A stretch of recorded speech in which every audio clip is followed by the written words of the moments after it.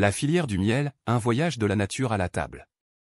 Le miel, toujours apprécié pour ses propriétés nutritives et thérapeutiques, n'est pas seulement un édulcorant naturel, mais représente aussi un symbole de tradition, de culture et de biodiversité.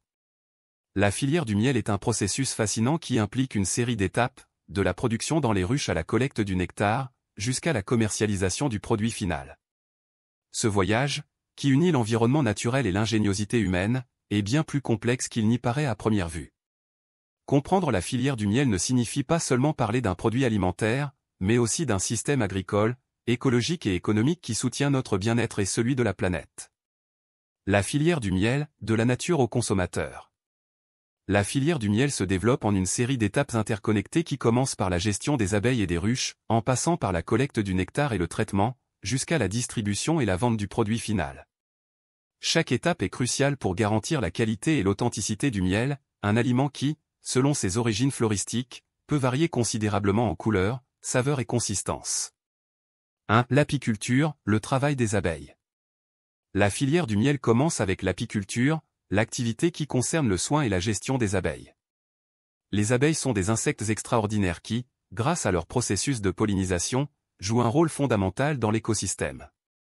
Grâce à leur capacité à récolter le nectar des fleurs, les abeilles produisent non seulement du miel, mais contribuent également à la conservation de la biodiversité en pollinisant des plantes et des fleurs qui, à leur tour, donnent des fruits et des graines. Le travail de l'apiculteur consiste à créer et à maintenir un environnement idéal pour les abeilles, afin qu'elles puissent travailler au mieux. Les ruches, qui abritent les colonies d'abeilles, doivent être placées dans des endroits garantissant la disponibilité de fleurs et de plantes dont les abeilles peuvent récolter le nectar. De plus, les apiculteurs doivent prendre soin des abeilles, en surveillant leur santé et en intervenant si nécessaire pour prévenir des maladies ou des infestations. Dans ce contexte, l'apiculture est étroitement liée à la gestion du territoire et de sa biodiversité. 2. La récolte du nectar et la production du miel. Le miel que nous connaissons n'est autre que le résultat de la collecte du nectar par les abeilles, qui le transforment en une substance douce et visqueuse. Les abeilles récoltent le nectar des fleurs, le stockent dans leur estomac et le rapportent dans les ruches, où elles le déposent dans les alvéoles de cire. À ce moment-là, le nectar est transformé en miel grâce au processus d'évaporation de l'eau par les abeilles, qui agissent comme des ventilateurs naturels, battant leurs ailes pour sécher le nectar et le concentrer en miel. Chaque type de miel a des caractéristiques spécifiques qui dépendent du type de fleurs dont les abeilles récoltent le nectar.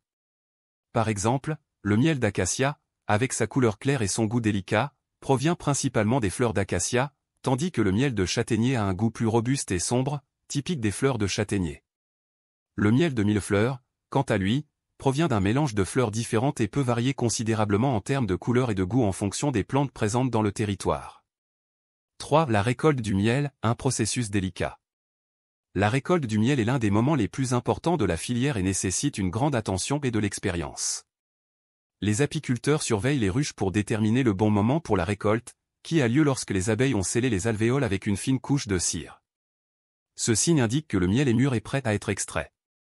La récolte se fait délicatement, pour ne pas endommager les ruches et pour ne pas perturber les abeilles, qui continuent leur travail de production. Une fois les rayons operculés récoltés, ils sont transportés au laboratoire où le miel est extrait et traité.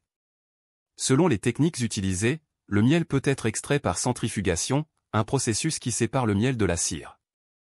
Dans certains cas, le miel est également filtré pour éliminer d'éventuelles impuretés, telles que le pollen et de petits fragments de cire. 4. La transformation du miel, conservation des propriétés naturelles. Une fois extrait, le miel n'est soumis à aucun traitement chimique ni chauffé excessivement. C'est l'un des aspects les plus importants de la filière, le miel doit être aussi naturel que possible, préservant toutes ses propriétés nutritionnelles et organoleptiques. C'est pourquoi le miel est travaillé à basse température, pour éviter que la chaleur n'endommage ses enzymes et ses vitamines, qui sont les principaux responsables de ses propriétés bénéfiques. Une fois la transformation terminée, le miel est prêt à être emballé. Chaque pot de miel représente un produit unique, qui conserve en lui les caractéristiques spécifiques du territoire dans lequel il a été produit, ainsi que le travail des abeilles et des apiculteurs. 5. La commercialisation du miel, de la ferme à la table. La commercialisation du miel est la dernière étape de la filière et peut se faire par différents canaux. Le miel peut être vendu directement par les producteurs, sur les marchés locaux ou dans les magasins spécialisés, ou distribué par de grandes chaînes de supermarchés et des plateformes en ligne. À cette étape, il est essentiel que le miel soit correctement étiqueté, avec des informations claires sur son origine, son type et ses caractéristiques. Certains miels peuvent également bénéficier de certifications biologiques, qui garantissent leur qualité et l'absence de traitements chimiques.